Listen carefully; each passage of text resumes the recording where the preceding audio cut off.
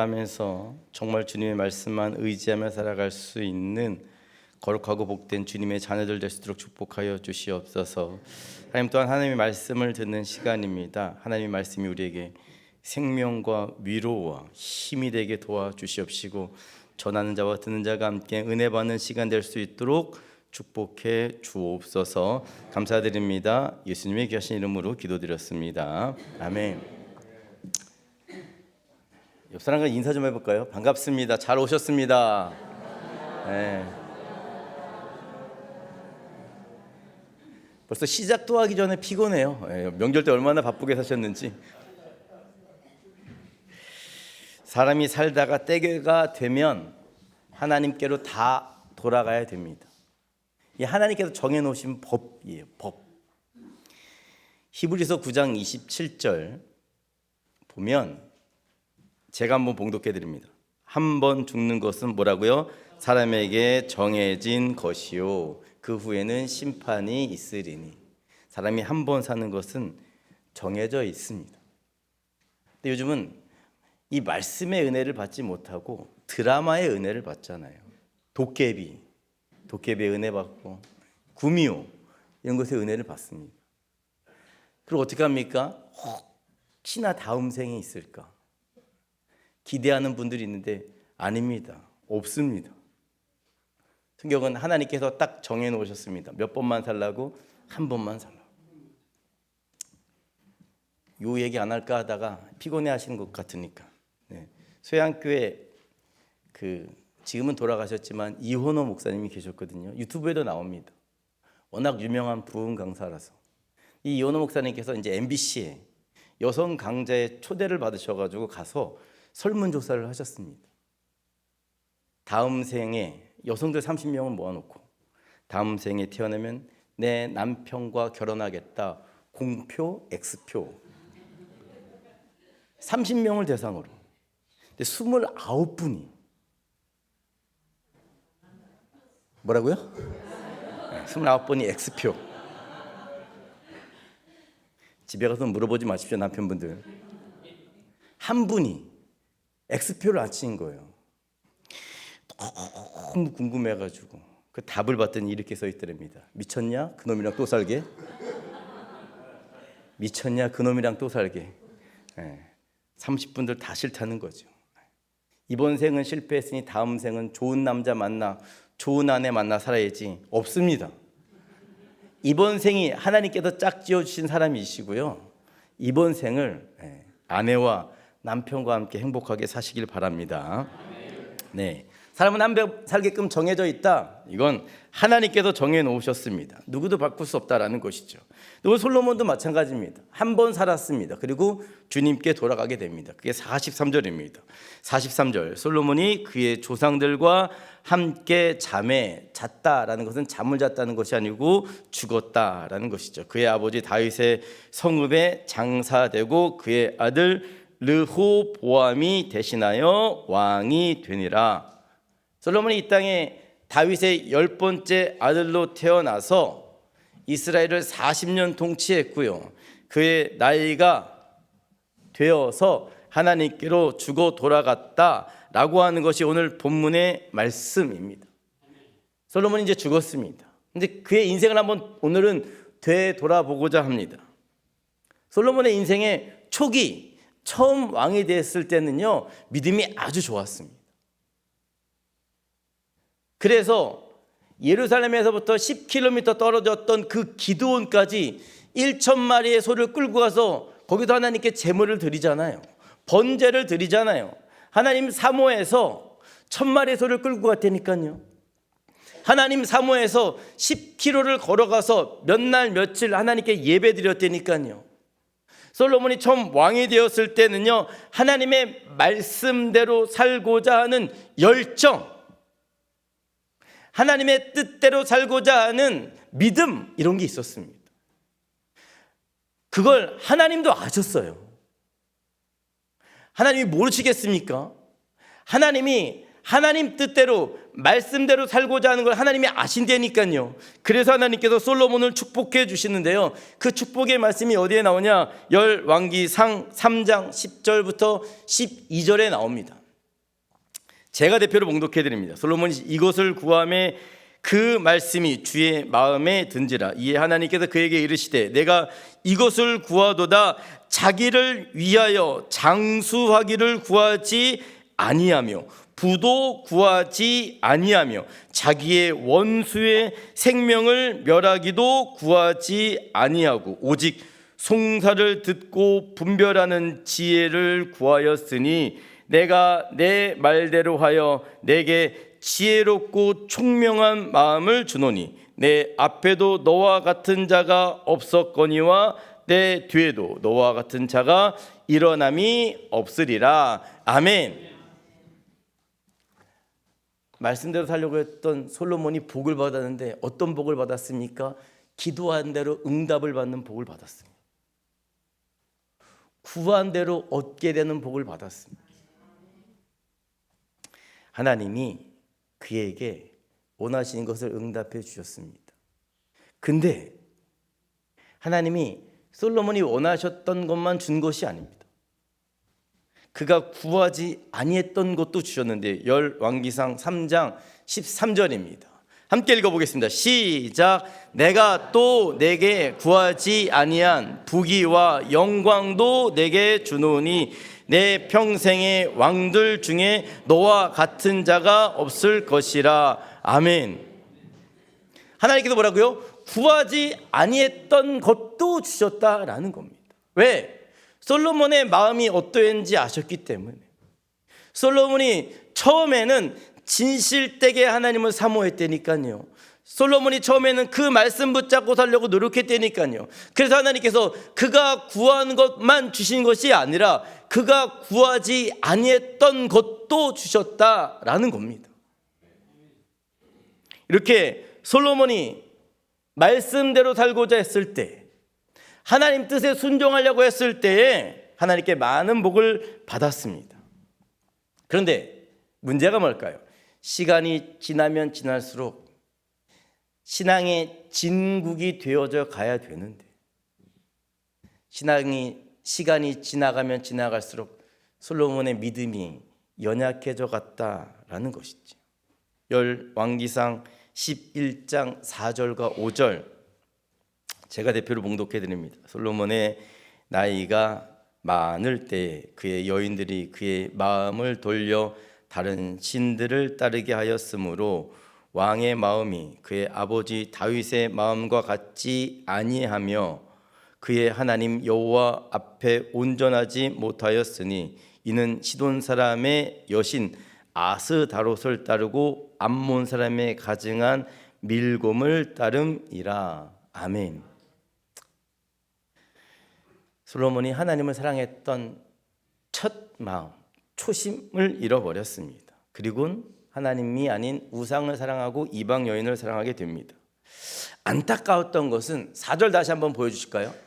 안타까웠던 것은 잘 보십시오.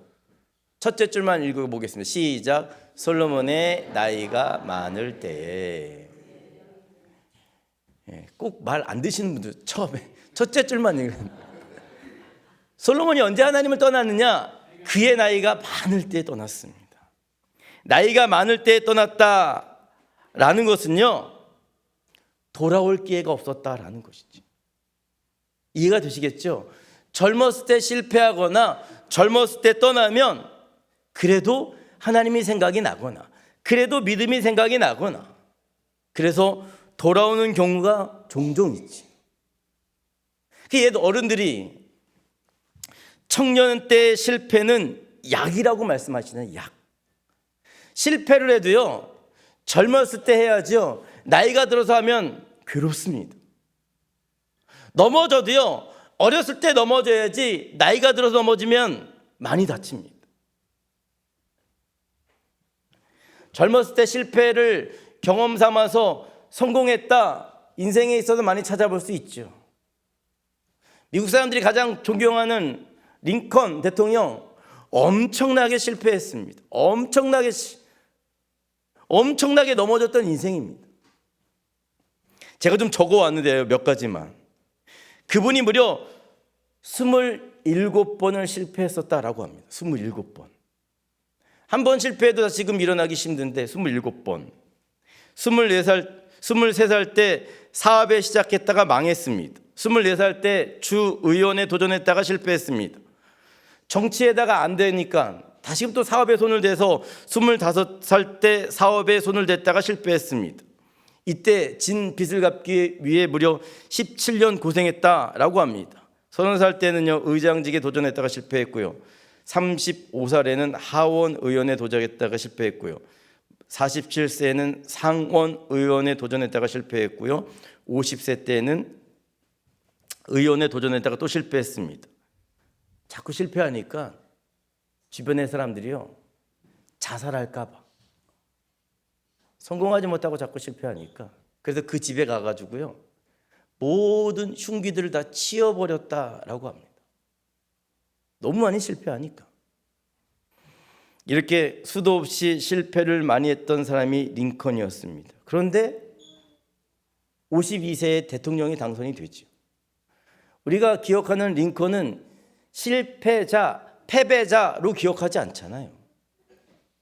우리는 링컨을 무엇으로 기억합니까? 성공한 사람, 훌륭한 사람, 존경받는 사람. 왜? 젊었을 때 실패는 다 사라지고 그의 나이가 들었을 때에 노년 때에 성공해서 좋은 일을 많이 했기 때문에 그렇다라는 것이죠. 초대 기독교 신학의 대부였던 성 어거스틴도 마찬가지입니다. 이 어거스틴이 젊은 시절에 마니교라고 하는 이단에 빠졌습니다. 왜 마니교에 빠졌었냐? 아마 영지주의가 매력이 있었지 않았을까 생각이 되어진대. 영지주의는 지식을 통해서 구원을 받을 수 있다라는 주의입니다. 악을 어떻게 물리쳐 줄 수 있느냐? 똑똑해지면 악을 물리칠 수 있다라는 것이죠. 그래서 구원받으려고 하면 열심히 공부하면 돼. 우리 한국 부모님들이 다 원하시는 거 아니에요. 열심히 공부하면 구원받을 수 있어. 이게 영지주의라니까요. 어거스틴도 마찬가지였습니다. 악을 물리치기 위해서 구원받기 위해서 열심히 공부했다니까요. 공부에 미쳐 살았다니까요. 그런데 구원은 어떻게 받습니까? 똑똑한다고 구원받는 거 아니잖아요. 구원 어떻게 받습니까? 예수님을 믿는 믿음으로만 구원받습니다. 그걸 어거스틴이 몰랐다고요. 그래서 열심히 공부하다가 나중에 되돌아오게 됩니다. 무엇 때문에 되돌아오게 됐냐? 잘 아시는 것처럼 어머니 모니카의 기도를 통해서 되돌아오게 됐죠. 보십시오. 젊었을 때는요 실패해도 돌아올 수 있는 기회가 있다니까요. 근데 솔로몬은 아니었습니다. 솔로몬이 젊었을 때는 하나님 잘 믿었습니다. 말씀 붙잡고 순종하고 살려고 했고 열심히 번제전 찾아다니면서 예배 드렸고 그리고 축복을 받고. 근데 그의 인생의 말년에 마지막 때에 하나님을 떠났다라는 겁니다. 마지막 때에 하나님을 떠났다 무슨 뜻인지 아십니까? 되돌아올 기회가 없었다는 것이죠. 제가 아름다운 교회 사진을 많이 남겨놓으셨더라고요. 찾아보니까 예전엔 교회학교 아이들이 엄청 많았었습니다. 집사님들, 권사님들 젊은 시절 사진도 다 봤습니다. 아, 저 때는 고우셨구나. 지금도 곱습니다. 오해하시면 돼요. 지금도 곱습니다. 예전에 여기 교회학교에 아이들이 많았더라고요. 저희가 소양교회를 나왔었는데 소양교회들도 마찬가지입니다. 소양교회 때 제가 교회학교를 다닐 때도 아이들이 많았습니다. 제 동기들만 50명이 넘었습니다. 제 또래, 제 친구들만. 근데 함께 시작했는데 중학교 가면서 좀 떨어지고 고등학교 가면서 떨어지고 대학교 가면서 떨어지고. 지금 소양교회 제 동생이 장로잖아요. 내 친구들 몇 명 남아있어? 한 명도 없더라고요. 물론 뿔뿔이 흩어져 신앙생활하는 몇몇 친구들이 있긴 하지만 50명 중에 예수 믿는 친구가 10명이 안 됩니다.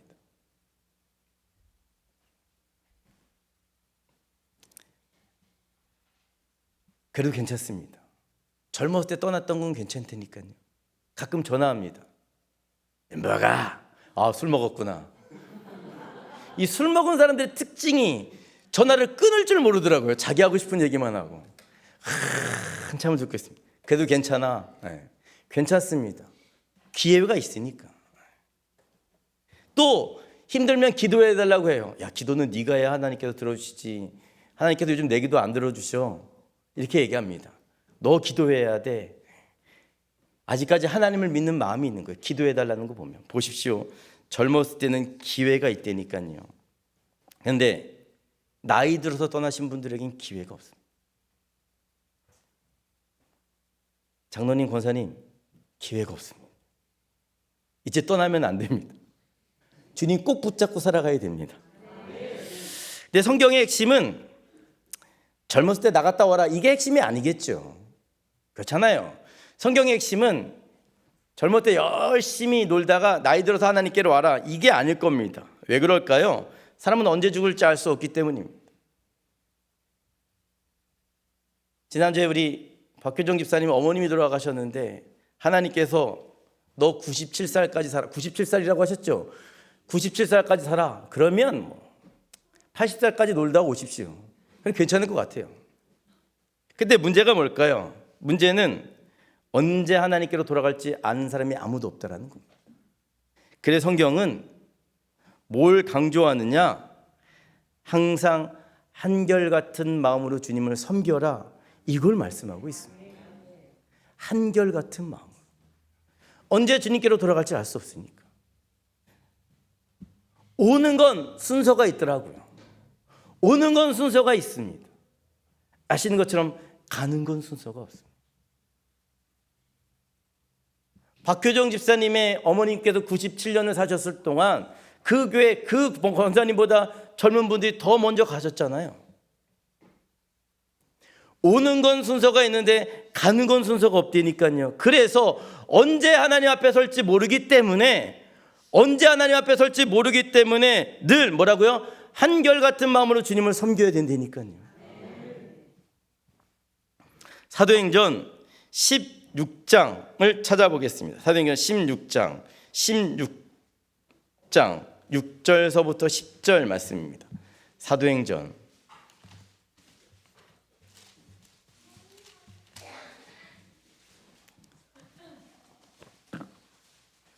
신약성경 214쪽에 있습니다. 사도행전 16장 6절서부터 10절 말씀, 제가 한번 봉독해 드립니다. 성령이 아시아에서 말씀을 전하지 못하게 하시거늘 그들이 부르기아와 갈라디아 땅으로 다녀가 무시아 앞에 이르러 비두니아로 가고자 애쓰되 예수의 영이 허락하지 아니하시는지라. 무시아를 지나 드로아로 내려갔는데 밤에 환상이 바울에게 보이니 마게도냐 사람 하나가 서서 그에게 청하여 이르되 마게도냐로 건너와서 우리를 도우라 하거늘 바울이 그 환상을 보았을 때 우리가 곧 마게도냐로 떠나기를 힘쓰니 이는 하나님이 저 사람들에게 복음을 전하라고 우리를 부르신 줄로 인정함이러라. 아멘.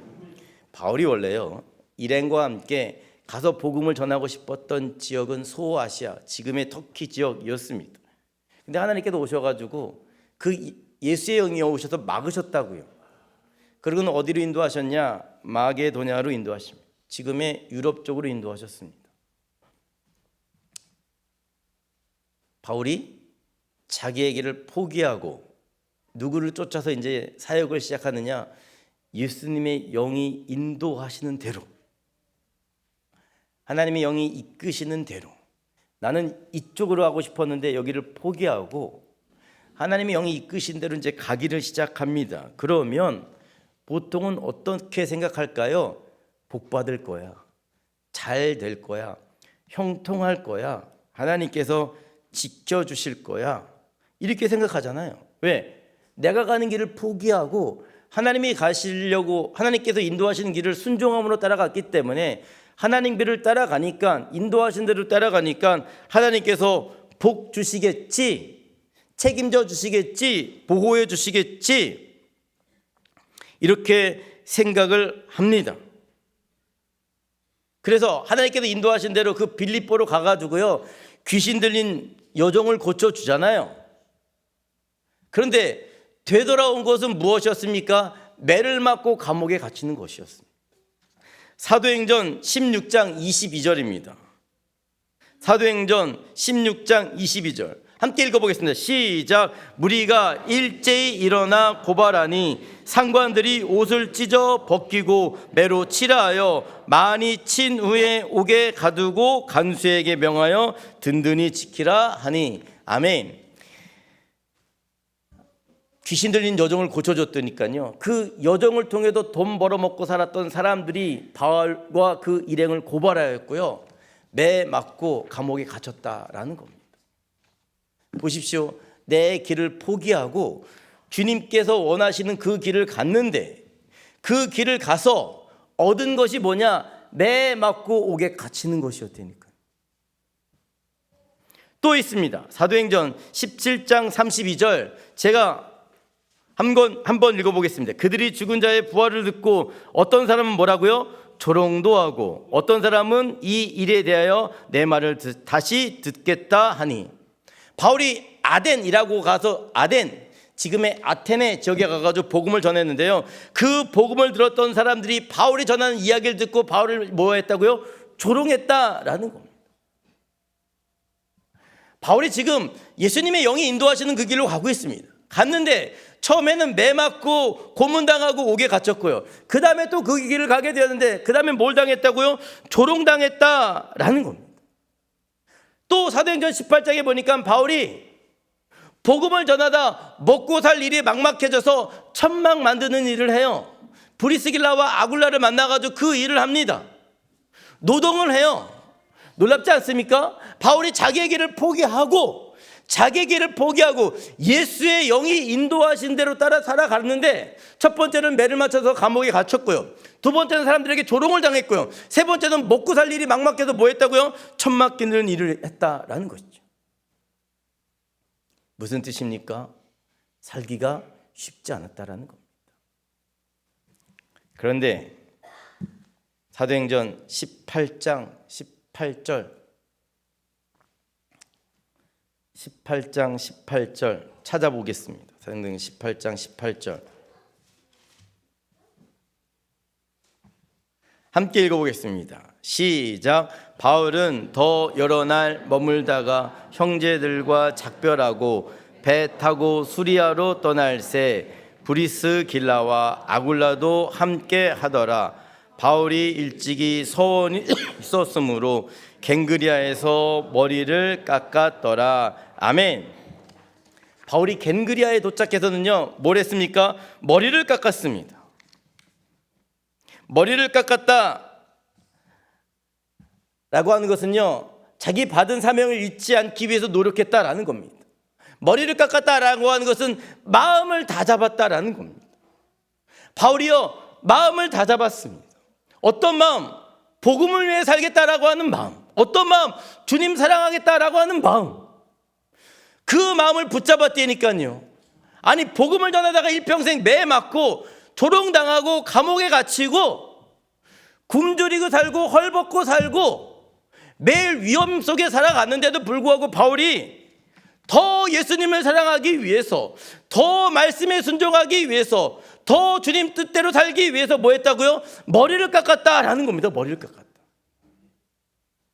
바울이 놀다가 한참을 놀러 왔다가 솔로몬처럼 우상 섬기다가 이제는 하나님 섬겨야지, 이제는 하나님 뜻에 순종해야지, 이제는 말씀대로 살아야지, 그런 의미로 머리를 깎은 것이 아니라 매일마다 말씀대로 살았는데 내가 조금이라도 주님 사랑하는 마음이 식어지지 않을까? 조금이라도 내 사명을 잃어버리지 않을까? 내가 조금이라도 주님으로부터 멀어지지 않을까? 나 조금으로부터 이 사명을 하찮게 여기지 않을까? 그런 마음에서 뭐라고요? 머리를 깎았다고.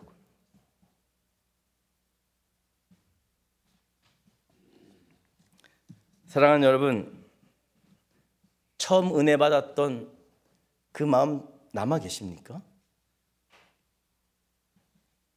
장로님이 되시려고 장로 장립을 받으면서, 권사님이 되시려고 권사 취임을 받으면서,